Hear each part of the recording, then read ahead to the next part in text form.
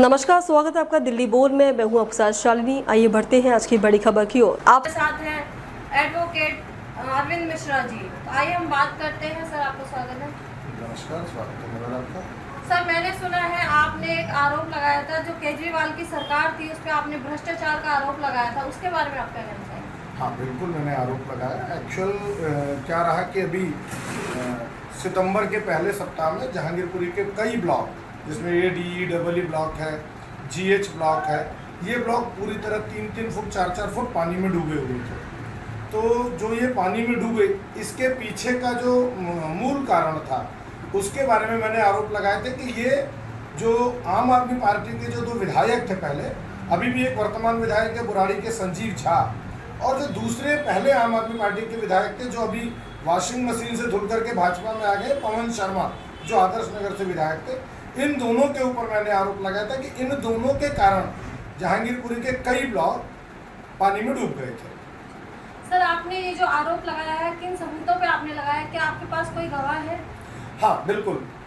गवाह नहीं, मेरे पास सरकारी दस्तावेज है। डबली ब्लॉक में एक नाला है PWD का, जिसको कि 2016 में अगस्त के महीने में एक टेंडर दिया गया 1,59,00,000 का, और उस 1,59,00,000 के टेंडर के बाद जो रेनू कंस्ट्रक्शंस कंपनी का नाम था, रेनू कंस्ट्रक्शंस को ये ठेका मिला था, जिसने 13% डाउन पेमेंट पर ये ठेका लिया, लेकिन उसने काम नहीं किया। उसके खिलाफ जो जांच हुई उसमें वो दोषी पाई गई, और ये जो रेनू कंस्ट्रक्शंस थी, ये केजरीवाल के साढ़ू की कंपनी है।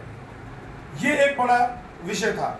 और बाद में इसी नाले का ठीक 5 साल के बाद 2021 में फिर एक नया टेंडर जारी किया गया, वो भी पूरे नाले के निर्माण का, सबूर आलम के पास। वो 70 लाख प्लस से ज़्यादा का टेंडर था वो।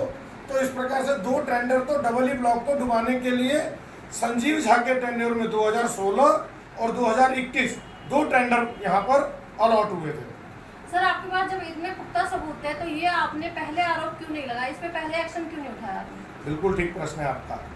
ये मैटर अभी भी PWD के पास हमने RTI लगाई, हमने इसकी कंप्लेंट्स लगाई, और जो इनके शायद यदि मेरे को यदि पूरी तरह से याद है तो मनीष कौशिक, इनके जो सुपरिटेंडेंट इंजीनियर है, जो कि कश्मीरी गेट ऑफिस में बैठते हैं, उनके सामने भी ये गया, और उनका ऑर्डर है मेरे पास कि सारे ओरिजिनल डॉक्यूमेंट्स की मुझे इंस्पेक्शन कराई जाए। और आज तक PWD के RC मीणा, जो एग्जीक्यूटिव इंजीनियर थे, बाय नेम इनके बता रहा हूँ, इन लोगों ने आज तक उस ऑर्डर की कंप्लायंस नहीं की, जिसका लीगल नोटिस 60 दिन का टेन्योर का नोटिस भी मेरा PWD को गया हुआ है। आपने ये जो कंप्लेंट किया उसके खिलाफ कोई भी एक्शन नहीं लिया गया? जी नहीं, किसी भी दिल्ली सरकार के किसी भी विभाग ने, केवल ये एक ऐसा नहीं है, PWD के ऐसे 4 काम हो गए हैं, 4 टेंडर है, 4 टेंडर अवार्ड हुए, जिसके कारण जहांगीरपुरी डूबती है। आपका कहना यह है कि दिल्ली की केजरीवाल जो सरकार थी, उन्होंने कोई भी कार्य नहीं किया दिल्ली?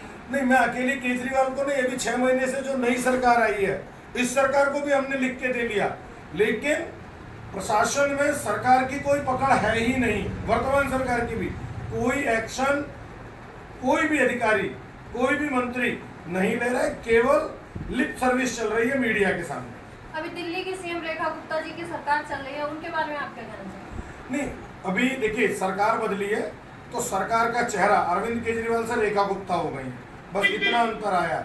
बाकी प्रशासन के व्यवहार में, प्रशासन के काम करने के स्टाइल में, व्यवस्थाओं में किसी प्रकार का कोई परिवर्तन नहीं है। ना ही फिर होगी आपसे मुलाकात, तब तक लिए नमस्कार और देखते रहिए दिल्ली बोल।